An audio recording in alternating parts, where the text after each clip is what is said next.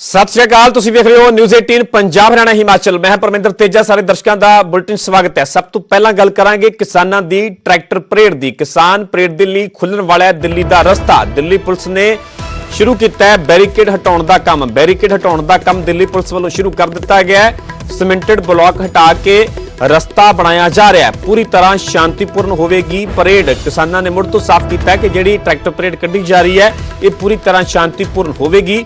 हज़ारां की गिनती दे विच पंजाब तो दिल्ली ट्रैक्टर पहुंच रहे हैं तो किसानों का भी दावा है कि वड्डी गिनती दे विच लाखां की तादाद दे विच ट्रैक्टर इस ट्रैक्टर परेड का हिस्सा बन गए। उत्थे हलचल भी शुरू हो गई है, जिवें कि लगातार गलबात चल रही सी दिल्ली पुलिस ते किसानों के विचकार। काफी हद तक जिहड़ा पूरा रूट मैप है वो फाइनल हो चुका है। सहमति बनती हुई नजर आ रही है, इस करके सहमति ते होर भी मोहर लगती हुई नजर आ रही है कि किसान परेड के लिए दिल्ली का रस्ता खुलण वाला है। दिल्ली पुलिस ने बैरीकेड हटाउण का काम शुरू कर दिता है। सीमेंटेड ब्लॉक हटा के रस्ता बनाया जा रहा है। तुसीं ये टिकरी बॉर्डर दी तस्वीरां भी देख सकते हो कि जिथे सीमेंटेड ब्लॉक हटा के पूरी तरह रस्ता बनाया जा रहा है। दिल्ली पुलिस ने बैरीकेड हटाउण का काम शुरू कर दिता है तो किसानों ने मुड़ तो साफ किया है कि यह ट्रैक्टर परेड पूरी तरह शांतिपूर्ण होगी। वड्डी गिनती दे विच, हज़ारां की गिनती दे विच ट्रैक्टर इस ट्रैक्टर परेड का हिस्सा बन गए। किसानों के वालों दावा किया जा रहा है तो नाल ही भी लगातार कहा जा रहा है कि राजपाथ की जिहड़ी परेड है उसदे विच किसी भी तरह का कोई विघन नहीं पाया जाएगा। पूरी तरह शांतिपूर्ण परेड होगी तो तिरंगे के मान सत्कार नूं पूरी तरह बरकरार रखा जाएगा। 26 जनवरी को होने वाली किसान परेड का रास्ता साफ हो गया है। रूट प्लान भी तय कर लिए गए हैं। किसान और पुलिस के बीच आपसी सहमति के बाद रूट प्लान तय किए गए हैं। इस वक्त हम खड़े हैं टीकरी बॉर्डर पर, जहां मैं एक तरफ आपको नज़ारा दिखाता हूं जहां पर स्टेज चलती है, उसके बिल्कुल पीछे की तरफ हम खड़े हैं। लोहे के बैरिकेड हैं।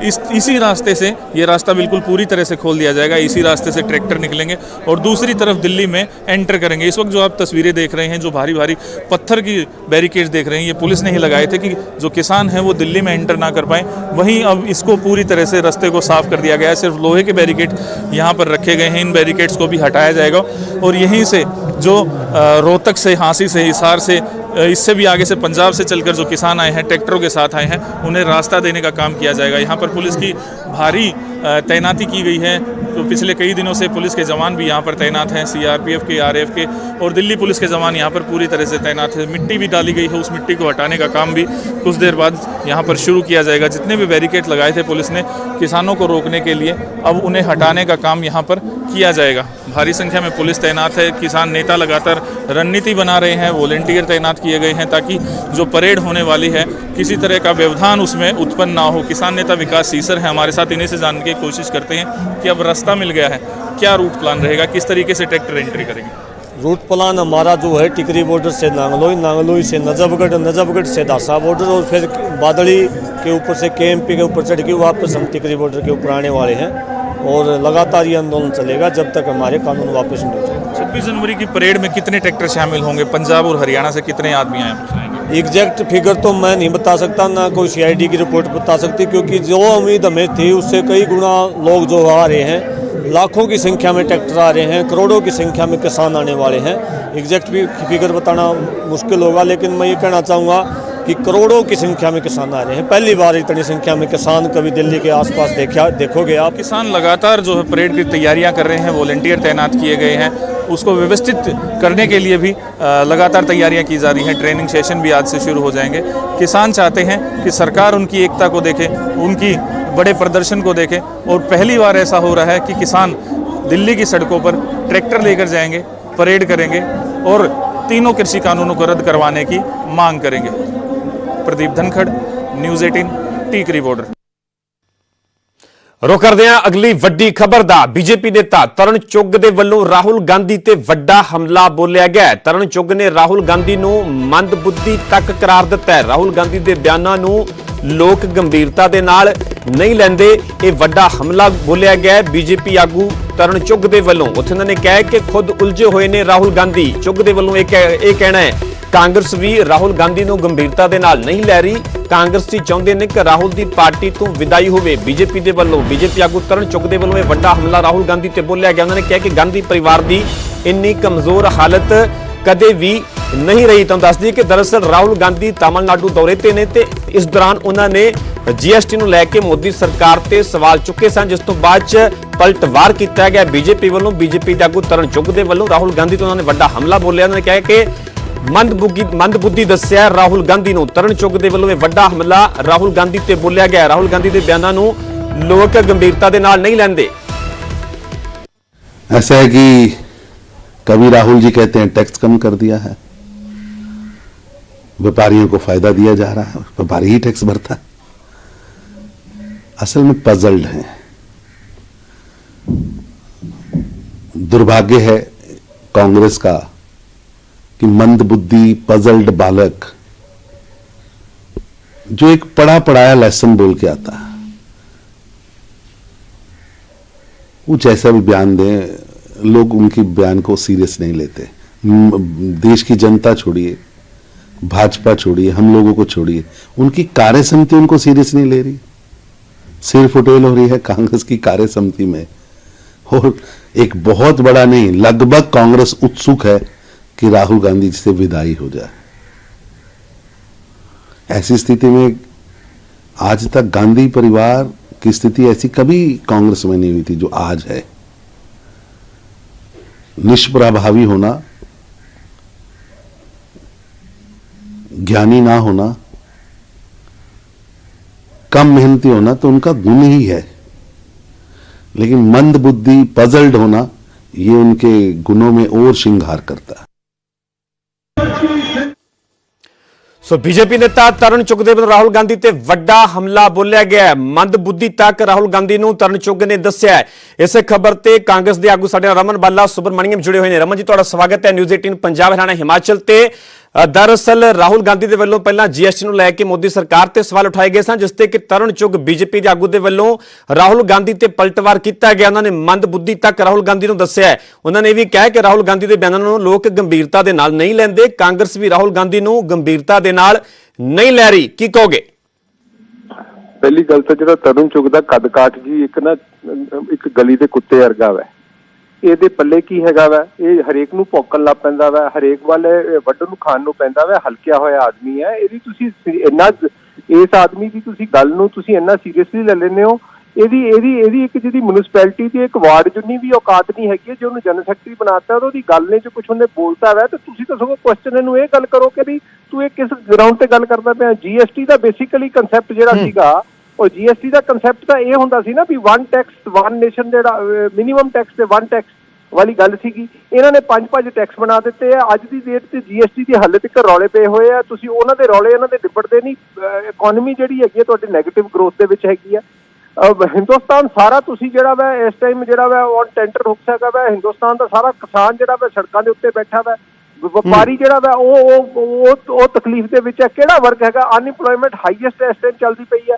ਤੁਸੀਂ ਇਹ ਦੱਸੋ ਉਹਨਾਂ ਨੂੰ, ਕਹੋ ਕਿ ਵੀ ਜਿਹੜਾ ਮੰਦਬੁੱਧੀ ਨਹੀਂ ਹੈ ਤੁਹਾਡਾ, ਜਿਹੜਾ ਅਨਪੜ੍ਹ ਪ੍ਰਧਾਨ ਮੰਤਰੀ ਹੈ ਨਾ, ਜਿਹੜਾ ਔਰ ਮੰਦਬੁੱਧੀ ਜਿਹੜਾ ਪ੍ਰਧਾਨ ਮੰਤਰੀ ਹੈ, ਜਿਹੜਾ ਤਕਸ਼ਿਲਾ ਨੂੰ ਕਹਿੰਦਾ ਪਿਆ ਵਾ ਬਿਹਾਰ ਦੇ ਵਿੱਚ ਹੈਗਾ ਵਾ, ਉਹ ਜਿਸ ਆਦਮੀ ਨੂੰ ਆਪ ਦੇ ਫੈਕਟਸ ਜਿਹਨੂੰ ਇਹ ਲੱਗਦਾ ਵਾ ਵੀ ਗਲੋਬਲ ਵਾਰਮਿੰਗ ਨਹੀਂ ਹੋ ਰਹੀ ਤੇ ਠੰਡ ਲੱਗਦੀ ਹੈ, ਇਹ ਜਿਹੜੇ ਇਹੋ ਜਿਹੇ ਨੌਨਸੈਂਸਿਕਲ ਇਹਨਾਂ ਦੇ ਆਪ ਦਾ ਪ੍ਰਧਾਨ ਮੰਤਰੀ ਹੈ, ਬਤੌਰ ਪ੍ਰਧਾਨ ਮੰਤਰੀ ਜਿਹੜਾ ਇਹੋ ਜਿਹੇ ਬਿਆਨ ਦਿੰਦਾ A+B ਦਾ ਹੋਲ ਸਕੁਅਰ ਦਾ, ਉਹਨੂੰ ਇਹ ਨਹੀਂ ਪਤਾ ਵੀ A² + B² into bracket into ਕੁਛ ਜਿਹੜਾ ਸਟਰੈਂਥ ਤੇ ਵਰਡ ਦੇ ਵਿੱਚ G ਖਾਈ ਜਾਂਦਾ ਵਾ ਔਰ GH ਖਾਈ ਜਾਂਦਾ ਵਾ, ਔਰ ਉਸ ਤੋਂ ਬਾਅਦ ਸਟਰੈਂਥ ਦੇ ਸਪੈਲਿੰਗ ਜਿਹੜੇ ਦਿੰਦਾ ਵਾ।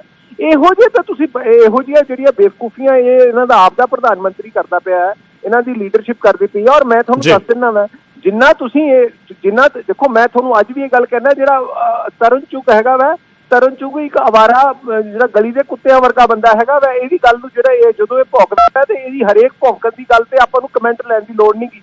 ਚਲੋ ਰਮਨ ਜੀ ਚਲੋ ਉਹਨਾਂ ਨੇ ਬਿਆਨ ਦਿੱਤਾ, ਪਰ ਤੁਹਾਨੂੰ ਵੀ ਕਿਤੇ ਨਾ ਕਿਤੇ ਭਾਸ਼ਾ ਦੀ ਮਰਿਆਦਾ ਦਾ ਤੇ ਫਿਰ ਵੀ ਖਿਆਲ ਰੱਖਣਾ ਚਾਹੀਦਾ, ਕਿਉਂਕਿ ਟੀਵੀ ਤੇ ਤੁਸੀਂ ਬੋਲ ਰਹੇ ਹੋ, ਟੀਵੀ ਤੇ ਬੋਲ ਰਹੇ ਹੋ। ਬਿਲਕੁਲ ਠੀਕ ਕਹਿ ਰਹੇ ਹਾਂਜੀ, ਉਹ ਭਾਸ਼ਾ ਦੀ ਮਰਿਆਦਾ ਉਹ ਭੁੱਲਦੇ ਪਏ ਆ ਹਰ ਗੱਲ ਦੇ ਵਿੱਚ। ਨਹੀਂ, ਪਰ ਜ਼ਰੂਰੀ ਨਹੀਂ, ਚਲੋ ਜ਼ਰੂਰੀ ਨਹੀਂ ਕਿ ਉਸੇ ਭਾਸ਼ਾ ਦੇ ਵਿੱਚ ਜਵਾਬ ਦਿੱਤਾ ਜਾਵੇ ਨਾ। ਹਾਂ, ਫਿਰ ਅਸੀਂ ਬਿਲਕੁਲ ਉਦਾਂ ਹੀ ਜਵਾਬ ਦੇਵਾਂਗੇ, ਇਹਨਾਂ ਨੂੰ ਟਿਕਾ ਕੇ ਜਵਾਬ ਦੇਵਾਂਗੇ, ਦੁੱਗਣੇ ਜ਼ੋਰ ਨਾਲ ਜਵਾਬ ਦੇਵਾਂਗੇ। ਇੱਕ ਗੱਲ ਕੱਢਣਗੇ ਅਸੀਂ 2 ਕੱਢਾਂਗੇ, ਇਹ ਇੱਕ ਮੁੱਕਾ ਮਾਰਨਗੇ ਅਸੀਂ 2 ਮਾਰਾਂਗੇ। ਇਹ ਕੋਈ ਗੱਲ ਥੋੜਾ ਹੈਗੀ ਆ ਕਿ ਤੁਸੀਂ ਐਡੇ ਸੀਨੀਅਰ ਨੇਤਾ ਦੇ ਨਾਲ ਤੁਸੀਂ ਇਸ ਤਰ੍ਹਾਂ ਦੀਆਂ ਗੱਲਾਂ ਕਰੋ। ਇਹ ਤਾਂ ਬੜਾ ਤੁਸੀਂ ਪਹਿਲੀ ਗੱਲ ਤਾਂ ਇਹ ਵੀ ਇਸ ਬੰਦੇ ਦੀ ਕਮੈਂਟ ਅੱਜ ਸਾਰਿਆਂ ਨਾਲੋਂ ਵੱਡਾ ਮੁੱਦਾ ਤਾਂ ਇਸ ਟਾਈਮ ਕਿਸਾਨਾਂ ਦਾ ਚੱਲ ਰਿਹਾ। ਰਮਨ ਜੀ, ਸਾਡਾ ਕੰਮ ਤਾਂ ਖਬਰ ਦਿਖਾਉਣਾ ਨਾ, ਚਾਹੇ ਕੋਈ ਕਾਂਗਰਸ ਦਾ ਆਗੂ ਕੋਈ ਬਿਆਨ ਦਿੰਦਾ, ਚਾਹੇ ਕੋਈ ਬੀਜੇਪੀ ਦਾ ਦਿੰਦਾ, ਚਾਹੇ ਕੋਈ ਆਮ ਆਦਮੀ ਪਾਰਟੀ ਦਾ ਦਿੰਦਾ, ਅਸੀਂ ਤਾਂ ਖਬਰ ਵਿਖਾਵਾਂਗੇ ਨਾ। ਕੋਈ ਵੀ ਬਿਆਨ ਦਿੱਤਾ ਜਾਂਦਾ ਹੈ ਤਾਂ ਹੀ ਤੁਹਾਨੂੰ ਫੋਨ ਮਿਲਾਇਆ ਨਾ, ਤੁਹਾਡੀ ਪ੍ਰਤੀਕਿਰਿਆ ਤਾਂ ਹੀ ਜਾਣੀ ਅਸੀਂ। ਖਬਰ ਤੁਸੀਂ ਉਹਨਾਂ ਦੀ ਦਿਖਾਓ ਜਿਹੜੇ ਖਬਰਾਂ ਜਿਨ੍ਹਾਂ ਦੀ ਕੋਈ ਖਬਰ ਬਣਨੀ ਚਾਹੀਦੀ ਹੈ, ਉਹ ਵੀ ਵਿਖਾ ਰਹੇ ਆਪਾਂ, ਲਗਾਤਾਰ ਵਿਖਾ ਰਹੇ ਹਾਂ, ਸਾਡੇ ਦਰਸ਼ਕ ਜਾਣਦੇ ਆ ਨਾ ਅਸੀਂ ਕਿਵੇਂ ਵਿਖਾ ਰਹੇ। ਸਭ ਤੁਹਾਡਾ ਹੀ ਸਟੈਂਡਰਡ ਖਰਾਬ ਹੁੰਦਾ ਵਾ। ਜੇ ਇਹ ਆਪਣੀ ਲੂਜ਼ ਟਾਕ ਕਰਨਗੇ ਤੇ ਅਸੀਂ ਵੀ ਕੋਈ ਮਰਿਆਦਾ ਫਿਰ ਅਸੀਂ ਵੀ ਭੁੱਲ ਜਾਾਂਗੇ ਸਾਰੀਆਂ। ਇਹ ਵੀ ਮਰਿਆਦਾ ਆਪਣੀਆਂ ਭੁੱਲਦੇ ਪਏ ਨੇ। ਇਹਨਾਂ ਨੂੰ ਕਹੋ ਵੀ ਜਿਹੜੇ ਇਸ ਟਾਈਮ ਹਿੰਦੁਸਤਾਨ ਦੇ ਮੁੱਦੇ ਆ ਤੁਸੀਂ ਉਹਨਾਂ ਤੇ ਗੱਲ ਕਰੋ, ਤੁਸੀਂ ਕਿਸਾਨ ਦੇ ਮੁੱਦਿਆਂ ਤੇ ਗੱਲ ਕਰੋ, ਤੁਸੀਂ GDP ਤੇ ਗੱਲ ਕਰੋ, ਪਰ ਕੈਪੀਟਾ ਇਨਕਮ ਜਿਹੜੀ ਗਿਰ ਰਹੀ ਹੈ ਉਹਦੀ ਗੱਲ ਕਰੋ, ਚਾਈਨਾ ਦੇ ਉੱਤੇ ਗੱਲ ਕਰੋ, ਚਾਈਨਾ ਜਿਹੜਾ ਇੰਟਰੂਜਨ ਕੀਤੀ ਹੋਈ ਹੈ, ਜਿਹੜੇ ਹੋਰ ਚੀਜ਼ਾਂ ਹੈਗੀਆਂ ਉਸ ਤੇ ਗੱਲ ਕਰੋ। ਤੁਸੀਂ ਇਹਨਾਂ ਤੋਂ ਛੋਟੇ ਉਹਨਾਂ ਨੇ ਗੱਲ ਜਿਹੜੀ ਕੀਤੀ, ਉਹਨਾਂ ਨੇ ਗੱਲ ਕਿਹੜੀ ਗੱਲ ਕੀਤੀ? ਉਹਨਾਂ ਨੇ ਕਿਹਾ ਮਿਨੀਮਮ ਟੈਕਸ ਹੋਣਾ ਚਾਹੀਦਾ, 1 ਟੈਕਸ ਹੋਣਾ ਚਾਹੀਦਾ। ਉਹਦੇ ਚ ਕੀ ਰੌਲਾ ਵਾ? GST ਦੀ ਜਿਹੜੀ ਹੈ ਤੁਹਾਡੀ ਸਾਰੀਆਂ ਕੰਪਲੀਕੇਸ਼ਨ ਹੱਲ ਤੱਕ ਹੈਗੀਆਂ ਵਾ। ਅਸੀਂ ਆਵਾਂਗੇ ਤੇ ਅਸੀਂ ਇਹਨੂੰ ਠੀਕ ਕਰ ਦਿਆਂਗੇ। ਇਹਦੇ ਵਿੱਚ ਮੰਦਬੁੱਧੀ ਵਾਲੀ ਕੀ ਗੱਲ ਹੈ ਜੀ? ਬਿਲਕੁਲ ਗੱਲ ਤੁਸੀਂ ਇਕੋਨੋਮਿਸਟ ਨੂੰ ਪੁੱਛੋ ਕਿ ਕੀ ਉਹਨੇ ਗੱਲ ਠੀਕ ਕੀਤੀ ਹੈ ਕਿ ਨਹੀਂ ਕੀਤੀ। ਤੁਸੀਂ ਇਹੋ ਜਿਹਾ ਬੰਦਾ ਜਿਹੜਾ ਅਨਪੜ੍ਹ ਜਿਹਾ ਬੰਦਾ ਵਾ, ਜਿਹਦੀ ਇੱਕ ਕਾਰਪੋਰੇਸ਼ਨ ਦੇ ਵਾਰਡ 'ਚ ਵੀ ਔਕਾਤ ਨਹੀਂ ਹੈਗੀ ਆ, ਤੁਸੀਂ ਉਸ ਤੋਂ ਤੁਸੀਂ ਐਡਾ ਵੱਡਾ ਕਮੈਂਟ ਲੈ ਕੇ ਤੁਸੀਂ ਖਬਰ ਬਣਾ ਦਿੰਦੇ ਹੋ। ਮੈਨੂੰ ਤਾਂ ਸਰ ਮਤਲਬ ਅਫਸੋਸ ਇਸ ਗੱਲ ਰਮਨ ਜੀ, ਫਿਰ ਮੈਂ ਕਲੀਅਰ ਕਰ ਰਿਹਾ ਕਿਉਂਕਿ ਉਹਨਾਂ ਦਾ ਬਿਆਨ ਹੈ ਤਾਂ ਹੀ ਤੁਹਾਡੀ ਪ੍ਰਤੀਕਿਰਿਆ ਜਾਣੀ ਨਾ ਅਸੀਂ ਸਿੱਧੀ ਖਬਰ ਤਾਂ ਨਹੀਂ ਵਿਖਾ ਦਿੱਤੀ ਨਾ। ਕਾਂਗਰਸ ਨੇ ਕੀ ਤਰਕ ਹੈ ਤਾਂ ਹੀ ਤਾਂ ਤੁਹਾਨੂੰ ਫੋਨ ਮਿਲਾਇਆ ਗਿਆ ਸਾਡੇ ਵੱਲੋਂ ਨਾ, ਤਾਂ ਹੀ ਤੁਹਾਡਾ ਤਰਕ ਜਾਣ ਰਹੇ ਅਸੀਂ। ਸਰ ਮੇਰੀ ਬੇਨਤੀ ਇਹ ਹੈ ਵੀ ਮੈਂ ਕਹਿਣਾ ਪਿਆ ਵਾਂ ਕਿ ਪ੍ਰਧਾਨ ਮੰਤਰੀ ਅਨਪੜ੍ਹ ਹੈ, ਗਵਾਰ ਹੈ ਤੇ ਉਸ ਨੂੰ ਗੱਲਾਂ ਦੀ ਸਮਝ ਨਹੀਂ ਕਿ ਤੁਸੀਂ ਇਹਦੀ ਖਬਰ ਬਣਾਓ ਤੇ ਇਹਨਾਂ ਦੇ ਬੰਦਿਆਂ ਤੋਂ ਲਓ। ਚਲੋ ਠੀਕ ਹੈ ਰਮਨ ਜੀ, ਤੁਹਾਡਾ ਬਹੁਤ ਬਹੁਤ ਧੰਨਵਾਦ ਸਾਡੇ ਨਾਲ ਜੁੜਨ ਵਾਸਤੇ। ਸੋ ਰਮਨ ਬਾਲਾ ਸੁਬਰਮਣੀਅਮ ਜੁੜੇ ਸਨ ਕਾਂਗਰਸ ਦੇ ਆਗੂ, ਉਹਨਾਂ ਨੇ ਪਲਟਵਾਰ ਕੀਤਾ ਹੈ BJP ਤੇ। ਹਾਲਾਂਕਿ ਉਹਨਾਂ ਦੇ ਵੱਲੋਂ ਇਤਰਾਜ਼ਯੋਗ ਭਾਸ਼ਾ ਦੀ ਵਰਤੋਂ ਕੀਤੀ ਗਈ ਹੈ।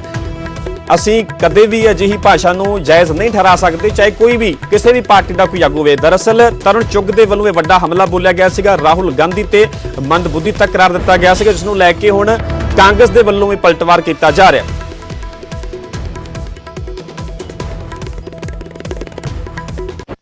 कि कभी राहुल जी कहते हैं टैक्स कम कर दिया है,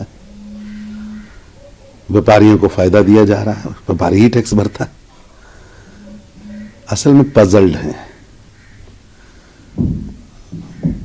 दुर्भाग्य है कांग्रेस का कि मंदबुद्धि पजल्ड बालक जो एक पढ़ा पढ़ाया लेसन बोल के आता है,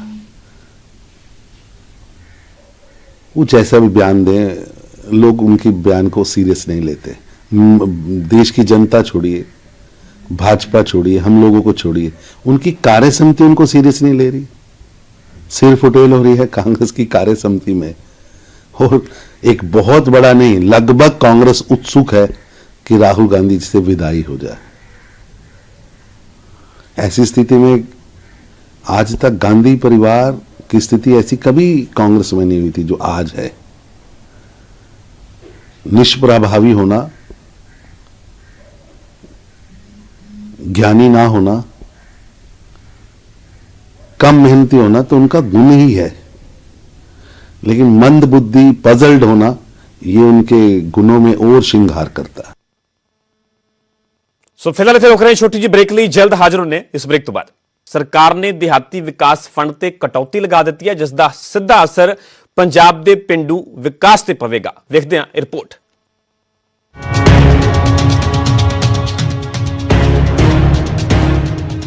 ਖੇਤੀ ਕਾਨੂੰਨਾਂ ਖਿਲਾਫ ਚੱਲ ਰਹੇ ਕਿਸਾਨੀ ਅੰਦੋਲਨ ਦੇ ਨਾਲ ਕੇਂਦਰ ਤੇ ਪੰਜਾਬ ਸਰਕਾਰ ਦੇ ਵਿਚਾਲੇ ਵੀ ਕਸ਼ਮਕਸ਼ ਚੱਲ ਰਹੀ ਹੈ।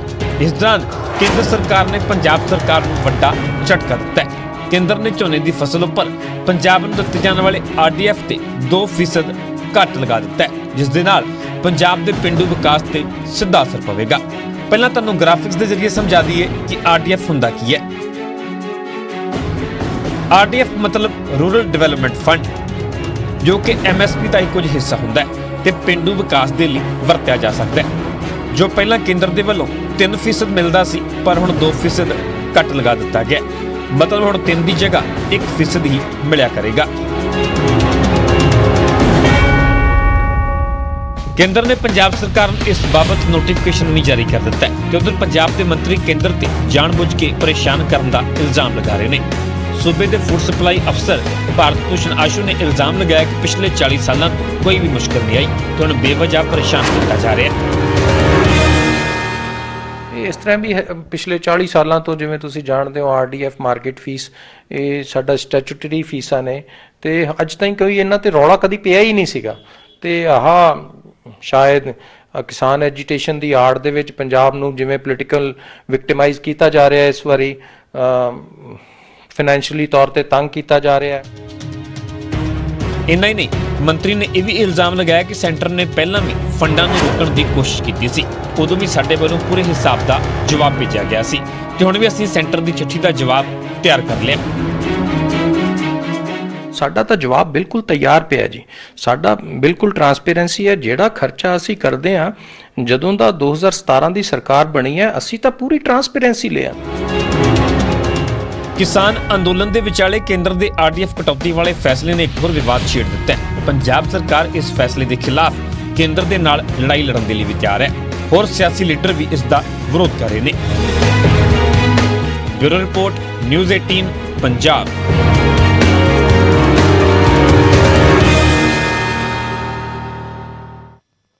ਸੋ ਆਖਿਰਕਾਰ ਪੂਰਾ ਵਿਵਾਦ ਹੈ ਕੀ ਹੈ, ਇਸ ਜਨਰਲ ਦੀ ਸਿੱਧਾ ਰੁਖ ਕਰਦੇ ਹਾਂ ਚੰਡੀਗੜ੍ਹ ਦਾ, ਜਿੱਥੋਂ ਕਿ ਮੇਰੇ ਸਹਿਯੋਗੀ ਨਪਿੰਦਰ ਬਰਾੜ ਜੁੜੇ ਹੋਏ ਨੇ। ਨਪਿੰਦਰ, ਇੱਕ ਪਾਸੇ ਕਿਸਾਨੀ ਅੰਦੋਲਨ ਹੈ ਤੇ ਸਰਕਾਰ ਨੂੰ ਇਸ ਫੈਸਲੇ ਨੂੰ ਕਿਸਾਨੀ ਅੰਦੋਲਨ ਦੇ ਨਾਲ ਵੀ ਪੰਜਾਬ ਸਰਕਾਰ ਜੋੜ ਰਹੀ ਹੈ। ਜਾਣਨਾ ਚਾਹਾਂਗੇ ਆਖਿਰਕਾਰ ਪੂਰਾ ਵਿਵਾਦ ਹੈ ਕੀ, ਪੰਜਾਬ ਸਰਕਾਰ ਦਾ ਕੀ ਤਰਕ ਹੈ, ਕੇਂਦਰ ਸਰਕਾਰ ਦਾ ਕੀ ਕਹਿਣਾ ਹੈ?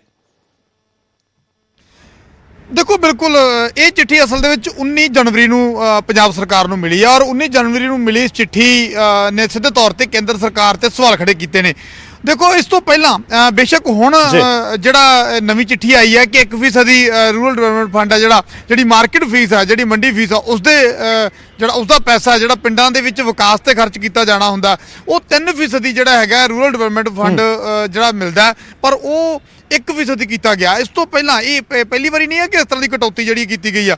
ਇਸ ਤੋਂ ਪਹਿਲਾਂ ਆਰਡੀਐਫ ਨੂੰ ਲੈ ਕੇ ਜਿਹੜਾ ਕੇਂਦਰ ਨੇ ਪਹਿਲਾਂ ਸਵਾਲ ਚੁੱਕ ਦਿੱਤੇ ਸੀ। ਪਹਿਲਾਂ ਆਰਡੀਐਫ ਜਿਹੜਾ ਰੋਕ ਦਿੱਤਾ ਗਿਆ ਸੀ, ਉਸ ਵੇਲੇ ਵੀ ਮਹਿਜ਼ ਤੀਜਾ ਹਿੱਸਾ ਜਿਹੜਾ ਉਹਦੇ ਵਿੱਚੋਂ ਜਿਹੜਾ ਜਾਰੀ ਕੀਤਾ ਗਿਆ।